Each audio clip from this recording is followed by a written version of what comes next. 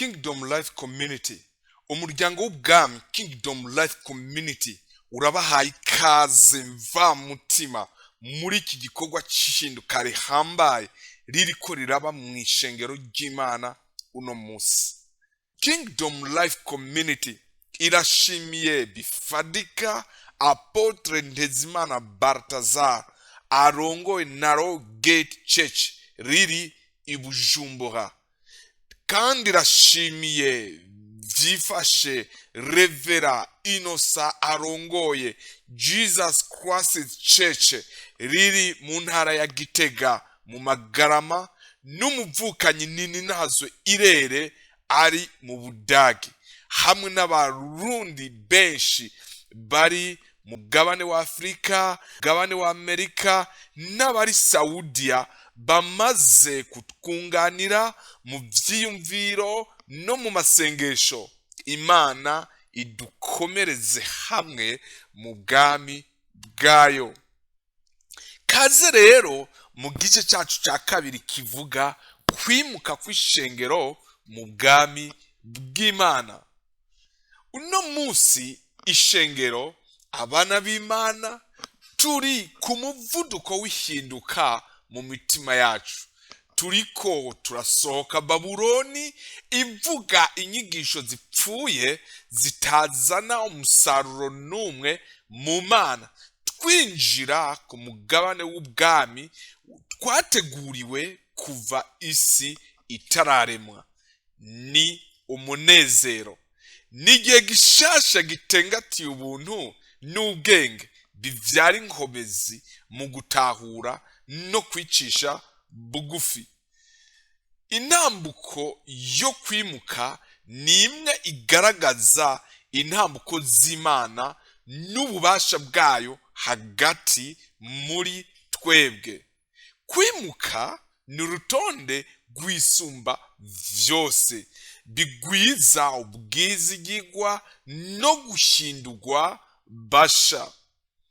Imana ihamagarira ishengero kuva inyuma y'imigenzo yisasiye kamenyere, kuguma tubumbatiye ivyo twahozemwo mu Mana, n'akaga kuko ducika impumyi zirongora izindi. Reka turabire hamwe muri Yesaya 42 tugende ku murongo w'9. Haravuga ngo, raba ivyambere birashitse kandi ndabamenyesha n'ibisha bitaraseruka ndabibabwira. Amen.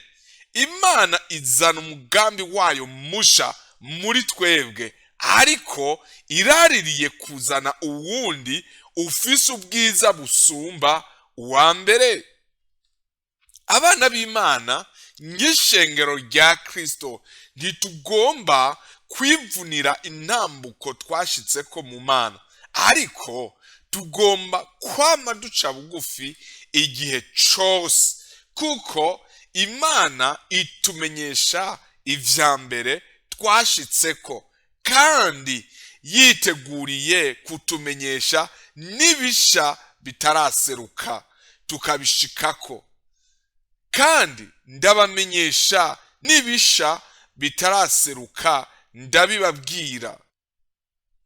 Reka dusome muri Yesaya 43 turahera ku murongo wa 18 dushike ku murongo wa 19. Haravuga ngo ati, mwoye kwibuka ivyambere kandi ntimwiyumvire ku vya kera. Ehe, ngira nkora ikintu gisha, ko kigira giseruke ubu, mbega ntimuzokimenya? Nzocisha inzira no mu bugaragwa, ntembeshe inzuzi ahagadutse. Tumenye ibi, intambuko za kera zirashize, ivya kera ntibishobora guhagarara. Imana itumenyesha kandi iduhishurira ibintu bishasha kugira dushitse ubugombe bwayo. Igihe kimwe gishikijwe, Imana irabandanya kandi igakora bishasha itari bwakore. Kwizingitirira ku vya kera ni intambamyi yo kwimuka ryacu twinjira mu rugezo rw'ubutumwa bw'ubwami bw'Imana. Ukwibagira ivya kera bibwirizwa kuza mw'ishengero kugira twegera Imana n'ibintu bisha bitavuga amatungo tugiye kuronka, ariko bivuga ubwami bw'Imana no kuganza kwayo hagati mu bantu bayo. Gutandukana n'ivya kera ivyo ntibisigura ko harimwo amagosha muri iyo nteguro canke ko Imana yananiwe mu nteguro yayo. Inyishu nuko ikintu cose Imana yagishingiye umwanya waco. Igihe turimwo gisaba gushinduka tucinjira mu rufatiro rw'ubuntu bwayo. Imana ishaka kutwimurira idukuye mu butumwa buvuga ubutunzi buhuye n'ibigumbagumba vya kamere kacu bitigeze kuzana ugukura kw'Ishengero abana b'Imana, kiretse kwicamwo imice no gusanzara. Tubwirizwa kwimuka no kugira ihinduka muri iyi ntambuko y'ubu mu Mana. Ihinduka ni umugabane w'intambuko yo gukura mu Mana.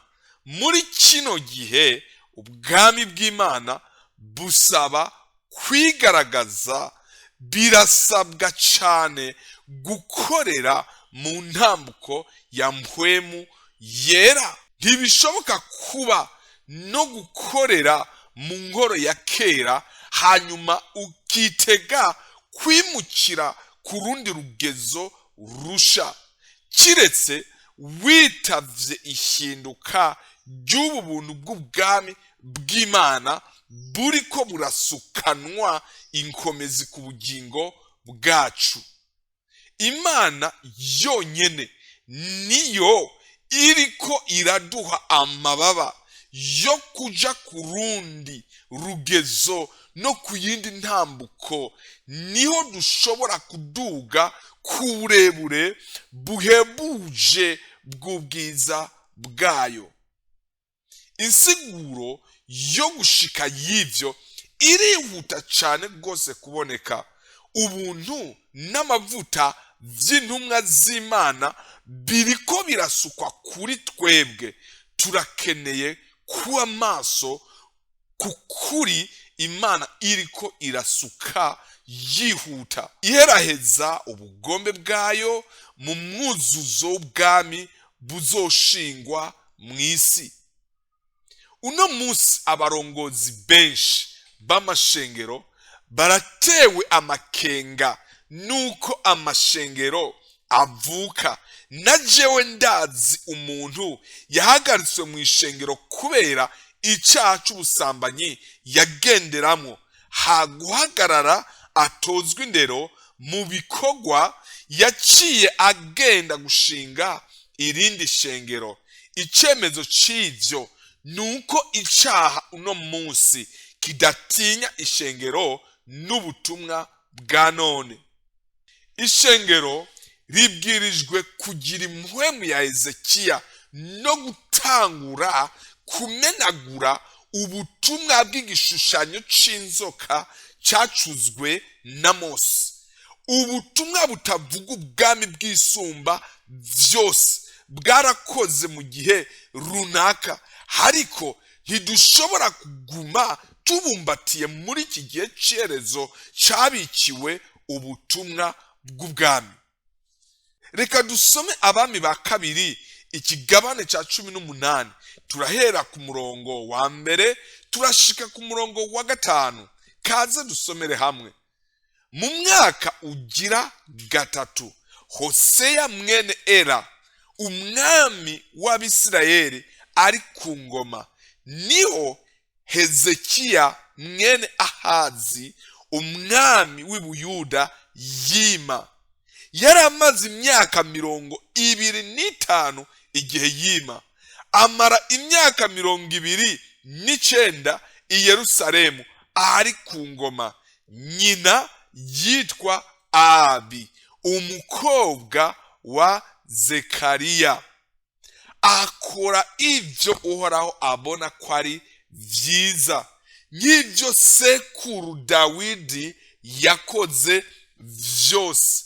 Akuraho ibitabo byo ku mpinga z'imisozi, amenagura amabuye bashinze, atemagura amabuye bashinze, atemagura inkingi bashingiye Ashera, amenagura igishushanyo c'inzoka Mose yacuze mu muringa, kuko gushitsa ico gihe Abisirayeli bacosereza imibavu bacita Neushetani.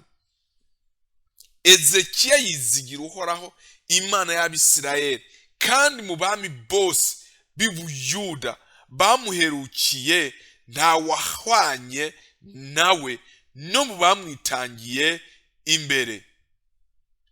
Imana yahaye abantu bayo inzoka ikozwe mu muringa mu bugaragwa, nk'ikimenyetso c'agakiza no kubohoka. Imana yatanze inzoka yerekeye igihe co mu bugaragwa, ariko abantu b'Imana bagumye bateruye kandi basenga iyo nzoka y'umuringa kumara imyaka 400 no gushika binjire mu gihugu c'isezerano. Hezekiya amenagura igishushanyo c'inzoka ya Mose yacuze mu muringa, kandi acita Neushetani. Igihe Imana yayitanga cyari ishusho y'agakiza no kubohoka, ariko mu gihe cya Hezekiya nticyari kikibereye agakiza no kubohoka, cyari ikigirwamana. Reka tuvuge ko ikigirwamana ari umugambi wavuye ku Mana, ariko wataye igihe. Hari ukuri kwagendeyemwo n'abungere batwitangiye, ariko kudafise inkomezi zo kuyobora ishengero. Ishengero rya none rifise ubwami bw'Imana nk'ukuri kw'ibihe, gufise inkomezi zo kugarukana igitinyiro c'Imana nzima mu mitima y'abizera. Turaguhaye kaze wifuza kwakira Yesu nk'umwami n'umukiza, no kugendera mu bwami bwiwe nk'umugambi wabikiwe umwana w'umuntu. Wumva ukunze kwifatanya natwe mw'isengesho ryo kubandanira ubwami bw'Imana. Kingdom Life Community yarabateguriye ibitabo bikurikira ku buntu: gutahura ubwami bw'Imana, kugendana n'Imana, kubaka urugo rw'Imana. Mwifuza kutwunganira canke kugira ico mubaza, murashobora kutwakura canke kutwandikira kuri izo rangiro zikurikira aho munsi. Imana Data iduhe umugisha twese. Murakoze.